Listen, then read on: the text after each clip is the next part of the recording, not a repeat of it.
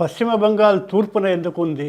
ఈ ప్రశ్నను సరైన రీతిలో అడగాలంటే దేశానికి తూర్పున ఉన్న బెంగాల్ రాష్ట్రాన్ని పశ్చిమ బెంగాల్ అని ఎందుకు పిలుస్తారు? Why's West Bengal on the east side అన్నది ప్రశ్న. దీనికి సమాధానం వెతుక్కుంటూ వెళ్తే 1905వ సంవత్సరానికి వెళ్ళాలి. అప్పట్లో బ్రిటిష్ వారు కలకత్తాని రాజధానిగా చేసుకొని పాలిస్తూ ఉండేవాళ్ళు.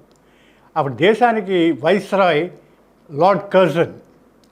ఇప్పటి పశ్చిమ బెంగాల్, జార్ఖండ్, బంగ్లాదేశ్, అస్సాంలు ఇవన్నీ కలిపి బెంగాల్ ప్రావిన్స్గా పిలిచేవాళ్ళు. అయితే ఇంత పెద్ద ప్రాంతం మనకు వద్దు అని మత ప్రాతిపదిక మీద బెంగాల్ని పార్టిషన్ చేశారు 1905లో.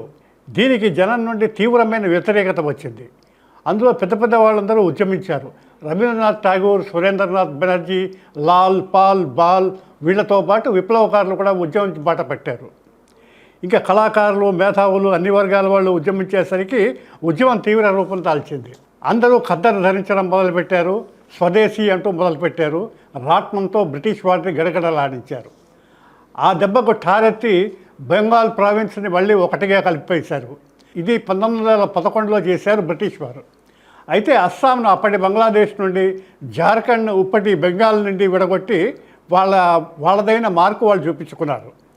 అయితే ఈ చీలిక అనేది ఉండిపోయింది కొందరి మనసుల్లో చాలా రోజుల వరకు. స్వాతంత్రం వచ్చిన తర్వాత భారత్, పాకిస్తాన్లు విడిపోయాయి. బెంగాల్ ప్రావిన్స్లోని ముస్లింలు ఎక్కువగా ఉన్న తూర్పు బెంగాల్ భాగం పాకిస్తాన్కి ఆధీనంలోకి వెళ్ళిపోయింది. అందుకే బెంగాల్లోని తూర్పు భాగాన్ని ఈస్ట్ పాకిస్తాన్ అని పిలిచేవారు అప్పట్లో. భారత వైపున్న భాగాన్ని పశ్చిమ బెంగాల్ అయిపోయింది. కాలాంతరంలో తూర్పు పాకిస్తాన్ బంగ్లాదేశ్గా అవతరించింది.